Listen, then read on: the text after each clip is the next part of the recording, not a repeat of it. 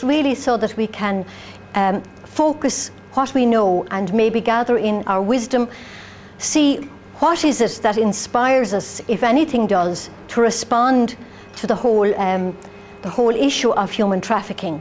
To think about that, and then eventually before you go out the door, there's a big question at the back of my head, and it always is this one. What difference will it have made to any trafficked person that you have come here today? So, because that's the important thing. How do we move from here, hearing about something or maybe recalling something we know, to maybe something a little bit further? Does that make sense to you? That's great. Well, this is our logo, and just a very, very brief thing about ourselves. In November 2005, during the week which focuses on ending violence against women, well, it's 16 days every year in November, we, meaning a group of religious, heard a presentation on trafficking. It was a sister who had been interviewing trafficked women and children. She was writing up their stories, and she spoke to us. And when that was over, well, obviously we were saying this is terrible, and we were kind of shell-shocked. But at the end of it, we said, well, okay, now what can we do? And this is where we came from. And we decided that what we could do that wasn't being done by others was to raise awareness generally. We were very conscious of how much we had needed that presentation. And also to do what we could in terms of lobbying the government and presenting workshops, which we did in Leinster House, on the whole issue, so that we could move towards, with other groups of course, move towards having adequate legislation. That's where we came from. Now we'll skip into a story which is true. It's about a woman called Enke. Well, now Enke isn't her real name. Enke was a hairdresser in Bolivia, and she had 2 young children whom she cared for very much. But one day into the hairdressing salon came a very well-dressed lady, and she was chatting to Enke like a lot of women do to the hairdressers, and she said, did you ever think of going abroad? I mean, you're very good at your job, but you're not paid very much here. And she said, you know, if you were to go to Europe, just think of it, you'd be paid more. You could actually save money, live on what you have, save money, and send it back home. Now, this isn't a new story. Many people in Ireland did this. They left their family with the granny or with the extended family. They went abroad for a year or 2. It's not anything strange. Enke went back, she talked to her family, and they said, look, if you want to do it. And Enke said, if I had that money, my 2 children could attend secondary school. They'd have a better chance in life. So she went for it. The woman came back the next day, said, no need to worry about the papers. I'll get all the paperwork done because our agency does that. And when you arrive, you know, you'll just come along, we'll collect you, bring you to the airport. When you arrive in Europe, you'll be met, and so no need to worry. Enke did arrive in Dublin. She was met. There was a guy at the, you know, the arrivals place there, and he had in his hand his mobile phone, looking at the photograph, the picture of Enke. Recognised her. There weren't that many people from South America coming, and said, I'll take the case, you're very welcome. Brought her out, said, you won't need your papers, I'll take all of those. And brought her away, as Enke thought, to her hairdressing place. Now she was locked in, this is true now because this happened in Dublin, she was locked into an apartment with some other women who told her very quickly that her work would have nothing to do with hairdressing. She was brought from one town to another. She was given, you know, these prepaid mobile phones. She couldn't make calls out. Now, I don't know how that works, but she'd get calls in, and the calls in would tell her when she was to be ready, and she would be collected and brought to wherever. She had no say over what happened to her. She was told how much to charge and when she was to lodge the money, and that she was also told she would be very carefully watched. Now, it so happened one day she was down in Waterford, went into the bank as she was told to lodge the money. But the cashier there was something, she just picked up something about the amount of money can't tell you what. You know the way sometimes we get a little inkling there's something wrong. So she said, just a minute. Now, she didn't say anything to Enke, because, I mean, she'd have scared the daylights out of her. And anyway, if you're dealing with a customer like that, you act as if everything is normal. You know, your common sense will tell you that. She went back to the manager and spoke to him, and they called the Gardaí. The girl couldn't explain how she got the money. Well, I mean, if she did explain, she would have thought she'd be in worse trouble. Apart from the fact that, can you imagine how she felt about what she was doing?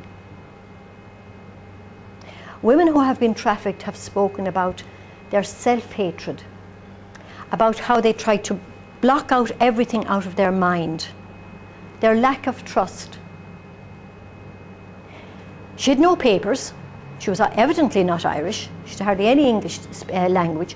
So she ended up in the women's Doris, you know, the prison in Mountjoy, where luckily for her, one of the chaplains, one of the visiting chaplains, happened to be a sister who had worked in South America and spoke the language, and somehow gained the trust of Enke, who told her the story. Now, following through on that, Enke was released, and she did choose to go back home. Some people don't choose to go back home because they reckon it's going to be more dangerous. That's Enke's story. Think of yourself. Now, if I was the fairy godmother, you know, of the fairy tales, and I was your fairy godmother, what would you be asking me for? Now, just think for a minute, what would you really like? And that's the clue. What you don't have, but what you really want, is what will lure you away from your home position.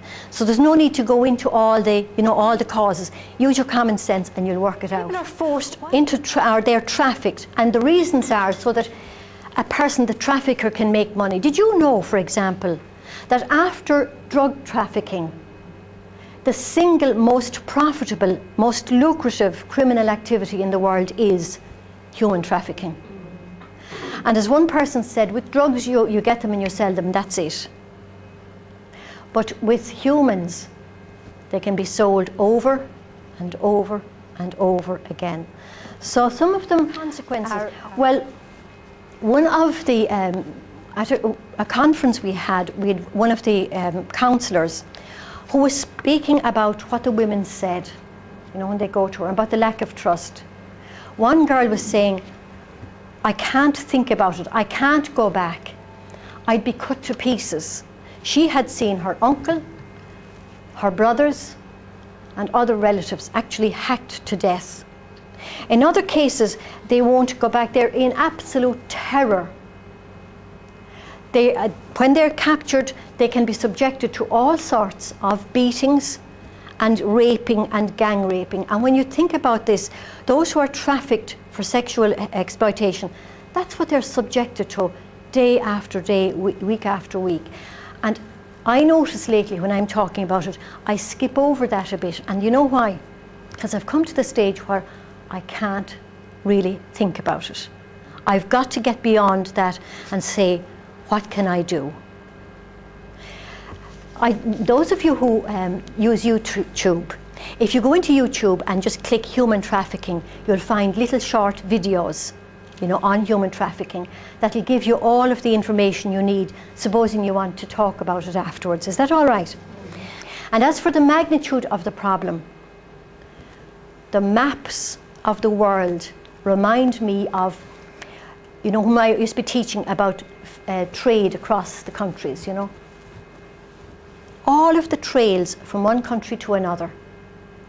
There were more people enslaved in 2004, in that year alone, than in the whole 400 years of slavery that we learn about.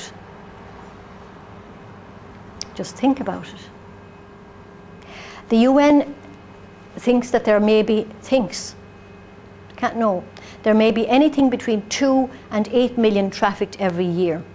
We don't know. The only people we know about are those who happen to escape. That's all we know about. The present stance, or the present legal situation in Ireland, is that one act has been brought in to criminalise trafficking. And there's another one, well, there's a bill at the moment going through the channels, going through government. Now, the law at the moment is based on, to some extent, the UN protocols and also the best recommendations from the Council of Europe, which state that the laws must punish the trafficker, protect the victim, and penalise anyone who has been involved. So in any way that you can prevent it, you are actually working, on the side of those who are trying to do something about it. I'm going to stop for a minute now and ask you to do a little bit of thinking. And the question is, what do you think that you could do? You wanted to answer, even though I'm the teacher coming out. But what do you think you could do? Now, what we decided was to do what we could. What a young student in the north of England decided to do was, because she was going clubbing very often, or she was going to the pub very often, and she also knew about some of the things that happened at stag nights or all sorts of nights, and because she knew that there was a lap dancing club in the area, she thought to herself, maybe not everybody involved here is there of their own free will. And so she and her friends got together. They went to a printer, and you know the little beer mats? And on one side they had the ads. You usually see the ad. Actually, when I was looking at the YouTube yesterday, ads kept coming up for, Girls to Love, and where you could contact them. And on the flip side, they had a little thing about but, and just a couple of things about trafficking. Are you sure the person you're going to is there for own free will? Or are you sure you really want to engage in abusing or raping somebody else? That's what she did. Different people do different things. So maybe you think for a minute.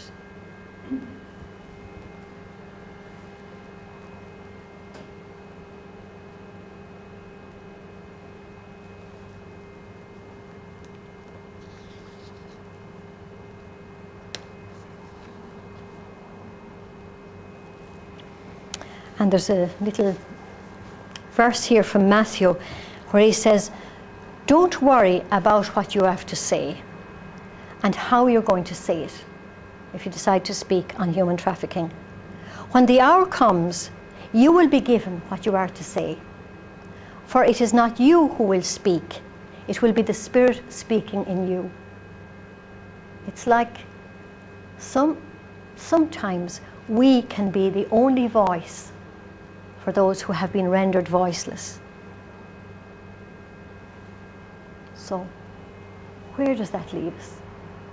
But all I would say is at the end, if you can be in some way encouraged, to take this on board, to pray for the people who have been trafficked, and to pray for those who traffic them, and also to pray for those who use and abuse trafficked people. It's not a small thing. Finish with a prayer, is that all right? So this is a prayer for those trafficked and for those who work on their behalf. Gracious God, we trust you. Lead us in truth. Let us follow paths that respect and value all people, that none may be abused, used, bought or sold. Pardon our complicity in the demand that promotes modern-day slavery. Forgive us the ways in which we and our society exploit others through trafficking, prostitution, pornography, forced labour and oppression. Give us strength and courage to act so as to bring an end to the demand that fosters all exploitation. And may we be guided forever, O God, on the way of compassion, justice and love. Amen. Thank you very much indeed. Thank you.